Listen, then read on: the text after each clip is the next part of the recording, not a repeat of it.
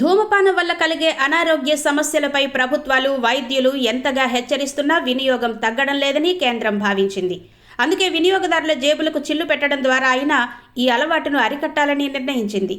కేంద్ర పార్లమెంట్ ఇటీవల ఆమోదించిన సెంట్రల్ ఎక్సైజ్ సవరణ బిల్లు 2025 ద్వారా ఫిబ్రవరి 1 నుంచి సిగరెట్లు, పొగాకు ఉత్పత్తులపై ఎక్సైజ్ సుంకాన్ని భారీగా పెంచింది. ప్రస్తుతం మార్కెట్లో దాదాపు 18 రూపాయలున్న ఒక్కో సిగరెట్ ధర ఈ పన్నుల పెంపుతో ఏకంగా 72 రూపాయల వరకు చేరుకోవచ్చని అంచనా వేస్తున్నారు.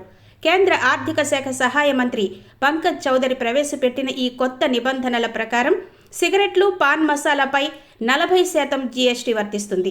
గతంలో 1000 సిగరెట్ స్టిక్స్పై 200 నుంచి 735 వరకు ఉన్న పన్నును ఇప్పుడు 2700 రూపాయల నుంచి 11,000 వరకు పెంచారు. సిగరెట్ రకం, దాని పొడవును బట్టి ఈ పన్నులు మారతాయి. వీటితో పాటు పాన్ మసాలాపై ఆరోగ్య జాతీయ భద్రతా సెస్ను కూడా అదనంగా విధించారు. బీడీలపై మాత్రం 18% జీఎస్టీ కొనసాగుతుందని ప్రభుత్వం స్పష్టం చేసింది. ఈ ధరల పెరుగుదలపై భిన్నాభిప్రాయాలు వ్యక్తమవుతున్నాయి.